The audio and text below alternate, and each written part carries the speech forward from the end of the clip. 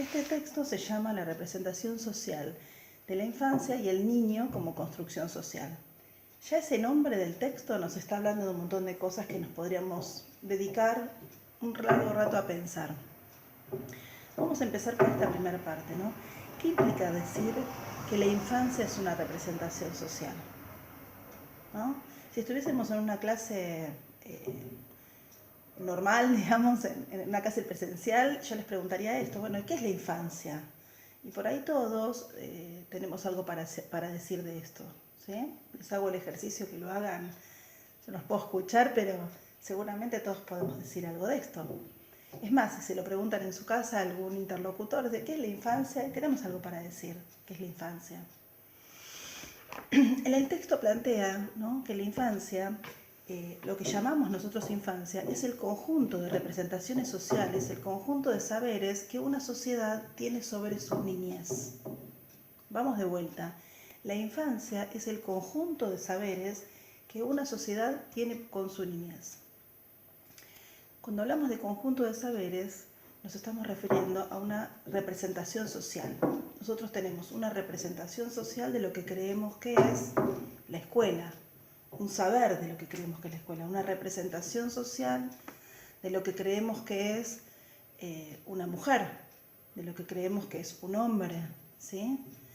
Y que como representación social lo que nos habla es que hay una historia, un proceso sociohistórico, cultural, que se fue dando a lo largo de determinado tiempo y de movimientos sociales y culturales que hicieron que nosotros pensemos de determinada manera sobre un concepto y no de otro. Que la infancia es lo que todos acordamos de manera tácita, sin ponernos de acuerdo, pero que hay un acuerdo común, del sentido común, cuando nos referimos a la infancia. ¿Qué implica esto?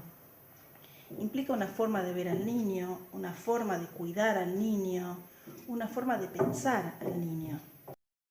Esto ya nos da cuenta de que estamos hablando de no una niñez, sino la niñez como un concepto que se adapta a cada momento sociohistórico y a cada sociedad, ¿sí? Cada momento histórico y que habla también de una producción. Estos saberes que son compartidos socialmente a veces tienen la particularidad, a veces no, por lo general, tienen la particularidad de no ser leído este proceso sociohistórico que lo fundamentó. Y estos saberes aparecen como verdades, como saberes absolutos. Entonces, cuando se habla de niño o de niñez o de infancia, se habla de una categoría estanca, y esto no es así. Esto es una categoría cambiante permanentemente. Cuando lo leemos desde una categoría estanca, rígida, lo que puede ocurrir es que aparezcan prejuicios que que oficien de resistencia para los cambios. Para explicar esto siempre se me ocurre pensar en la ESI, ¿no?, en la educación sexual integral, que ustedes muchos la trajeron en los trabajos, la primera preguntita de reflexión que hacíamos en la clase anterior. ¿Y cuánta resistencia hay sobre la incorporación de esta ley? Que es una ley que está avalada y que está sancionada y en ejercicio, sin embargo hay resistencia a veces, por suerte cada vez menos, pero sí hay resistencia de incorporarse en las escuelas o de qué manera incorporarse. ¿Y esto es por qué? Es por esta mirada de un saber cristalizado que a veces se toma al niño como ajeno a esa posibilidad de pensarlo como un sujeto de derecho y un sujeto en la construcción de su sexualidad, de su identidad, ¿sí? Pero bueno, lo que quiero marcar es que tanto el concepto de niñez como de infancia, como de niño, como de familia, son conceptos que nosotros tenemos desde nuestro rol docente, hacer una lectura crítica permanente, una lectura sociohistórica permanente. Cuando un niño nace, un cachorro humano nace, se tiene que constituir en sujeto niño, o sea, tiene que ser un niño, ¿sí? Para que este sea un sujeto niño, un niño que esté sujetado a esa sociedad que lo aloja, es durante un tiempo determinado que se da este proceso de que este niño se convierta en un sujeto social. Ese tiempo determinado de construcción de niño como sujeto es el que denominamos niñez. El niño entonces es el sujeto que se sujeta a una sociedad. El tiempo que tarda en sujetarse a esa sociedad como el sujeto de la cultura de esa sociedad es a la que denominamos niñez. y cómo vamos a sujetar a ese niño en ese tipo de sociedad es la infancia. Bueno, lo que decimos entonces es que en este tiempo en el que transcurre la niñez, eh, a través de la mirada de nuestra infancia, el niño va incorporando estos legados sociales, estas representaciones, de manera dadas por el otro, en el cuidado y en la crianza, y también en su juego. El niño es un sujeto que juega. Esto nosotros lo vamos a ir viendo en el recorrido nuestro durante toda la cursada, pero es muy importante la actividad lúdica porque es mediante el juego el que el niño va construyendo su identidad, va construyendo su noción de mundo, va construyendo su sexualidad, va construyendo su personalidad, ¿sí? El juego es una función absolutamente necesaria y valiosa para este tiempo de la niñez. Lo que nosotros también vamos a ver con el correr de la cursada es qué pasa si se interrumpe el juego y qué tipos de juegos existen, ¿no?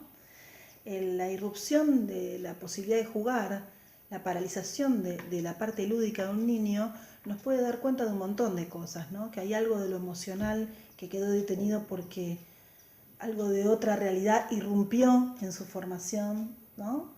Y cuando pasa alguna cuestión eh, grave de abuso o de situaciones traumáticas, irrumpen y cortan la posibilidad de juego y tal vez una de las funciones desde la parte clínica, obviamente es reanudar esta cuestión lúdica, pero también desde la parte de la escuela, ¿no? Es poder otorgar a este niño donde su parte de juego quedó interrumpida, dar herramientas y permitir que algo de ese niño vuelva a conectarse con ese momento de su formación. Pero eso lo iremos viendo más adelante, ¿sí? Ojalá me hayan seguido hasta acá. Ahora vamos a hacer un poquito de historia, ¿no? Donde el texto habla de, bueno, el niño como lo conocemos en la actualidad no fue siempre pensado así. Aries, por ejemplo, lo que dice es que en la Edad Media había una mirada adultiforme. ¿Qué quiere decir esto? Como que los niños eran pequeños adultos en construcción. Y por ahí ustedes, algunos que estudian artes visuales, si ven pinturas de esa época, podemos empezar a encontrar a los niños con indumentaria de adultos, como adultos en miniatura, ¿sí? Ahora voy a ver, si pueden ver en esta imagen eh, que hay niños, pero como si fuesen adultos pequeños, ¿sí? O si no, aparecen también imágenes acralizadas del niño, como una cuestión más angelical. Hay otros autores que dicen, bueno, sí había una diferencia. No es lo mismo el niño en la nobleza que el niño en la parte rural o campesina, ¿sí? Porque había una diferencia entre cuestiones económicas que ponían al niño de la nobleza en un lugar más de cuidado y en otro en un lugar de trabajo y de compartir las diversiones de adultos y niños de la misma manera. También se veía al niño compartiendo no solo las diversiones, sino crueldades, castigos, ¿no? En esta cosa de la mirada adultiforme, pensar al adulto como el que sabe lo que hace, el niño al no poder hacer las cosas como las hace el adulto era castigado. También en la literatura podemos ver cómo la infancia, la mirada sobre la infancia nos da cuenta de que era algo, bueno, no es que era una locura lo que estaba planteando, ¿no? Era algo dentro del orden de lo conocido. Y más allá de pensar que si había o no si había una noción de niño en la antigüedad, todos los autores coinciden que si bien hay diferencias entre clases más pobres o de la nobleza, todos los autores coinciden que el concepto de niñez, como lo conocemos en la actualidad, se constituye como tal a partir de la modernidad. A partir del siglo XVII, ¿no? Avanzando por el siglo XVIII, con el cambio social y cultural que se produce en ese momento, que es la revolución industrial, las ciudades, los campos, cambia la modalidad de trabajo, las familias que trabajaban en sus lugares, no se movían, ¿no? se mudan a las ciudades, aparece la concepción de la fábrica, de los otros tipos de trabajo. Bueno, se crea una revolución industrial que hace que también sea una revolución social y una revolución económica. Y entonces aparece el niño como un espacio, como un sector social al que hay que educar, al que hay que preparar para incluir en esa sociedad, al que hay que transmitirle ciertos valores sociales, morales, ¿no? Se empiezan a crear las escuelas y empieza a aparecer este concepto de niño como al cuidado de los adultos. Es el Estado, ¿no?, que empieza también a intervenir en esta cuestión de la intimidad familiar para ir formando un sujeto social. Entonces tenemos al niño moderno, donde es un niño que hay que preparar para el futuro. Ahí también aparece, no está en el texto, pero me interesa marcarles, empieza a aparecer las ciencias que estudian a la niñez, empieza a aparecer la pedagogía o la psicología, ¿no?, dando cuenta cómo se puede posibilitar que esto sea posible, ¿no? Cómo poder ayudar desde determinadas ciencias a construir el sujeto, ¿no?, que esta sociedad pretende, que esta infancia pretende. Bueno, ahí aparecen a lo largo del tiempo nociones distintas de la infancia, ¿no? El niño ahí en esta parte de la infancia como alguien incapaz que tiene que lograr llegar a construirse y ser capaz en algunas habilidades. Y después, a medida que los siglos van evolucionando, empieza a tomarse al niño como un sujeto capaz, con un saber propio en sí mismo. Aparecen autores desde la psicología, desde la pedagogía. Bueno, aparece Freud, aparece diciendo que el niño es un niño atravesado por la sexualidad, que construye su sexualidad desde el inicio, lo saca de este lugar sacro que tenía, ¿sí? Aparece luego también Piaget diciendo que el niño es un sujeto en permanente construcción. Y bueno, van a ir apareciendo distintas miradas y distintos movimientos que hace que vaya cambiando el sentido común, las representaciones sociales de cada sociedad para mirar a sus niños, ¿sí? Les voy a leer qué cosas incorpora la modernidad en la mirada del niño. Dice, primero, que lo pone en un tiempo lineal evolutivo. Se concibe la infancia como esta etapa en la que se educa para un tiempo futuro.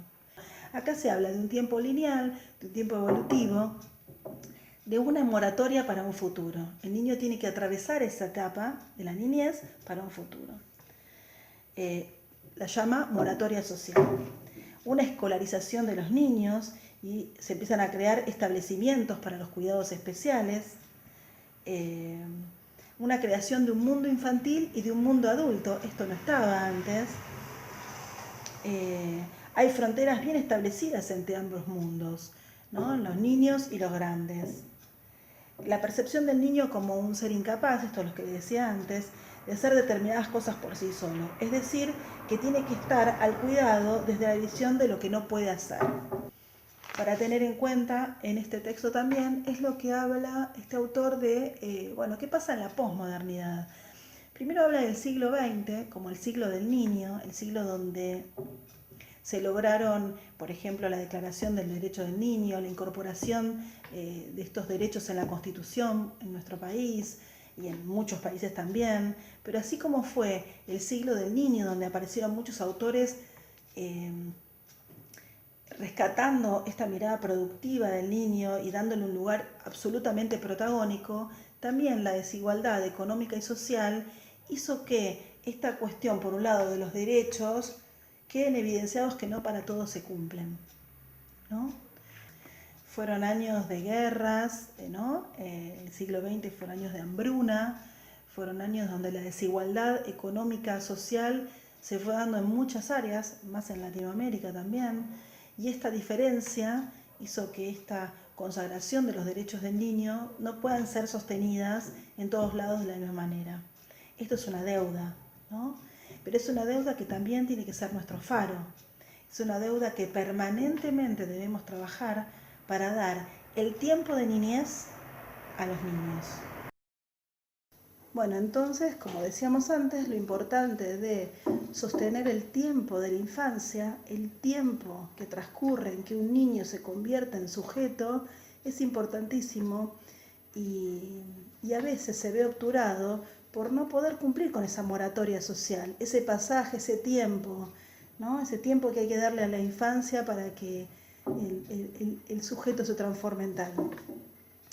La escuela entonces ahí va a tener un papel muy relevante y esto es lo que me interesa que pensemos. ¿Cuál es el lugar del niño? ¿Cuál es el lugar de la escuela para sostener esta moratoria? ¿Cómo de alguna manera damos las herramientas y los elementos para pensar en esta infancia, en estos tiempos? Para pensar todas estas cuestiones les voy a dejar una charla TED que habla una investigadora en educación sobre los tiempos actuales, sobre la infancia en la actualidad y sobre el lugar de la escuela en relación a este tema, ¿sí? Bueno, espero no haberlos aburrido, espero que se les haya hecho un poco dinámica y bueno, cuídense mucho y así nos podemos ver más rápido. Nos vemos.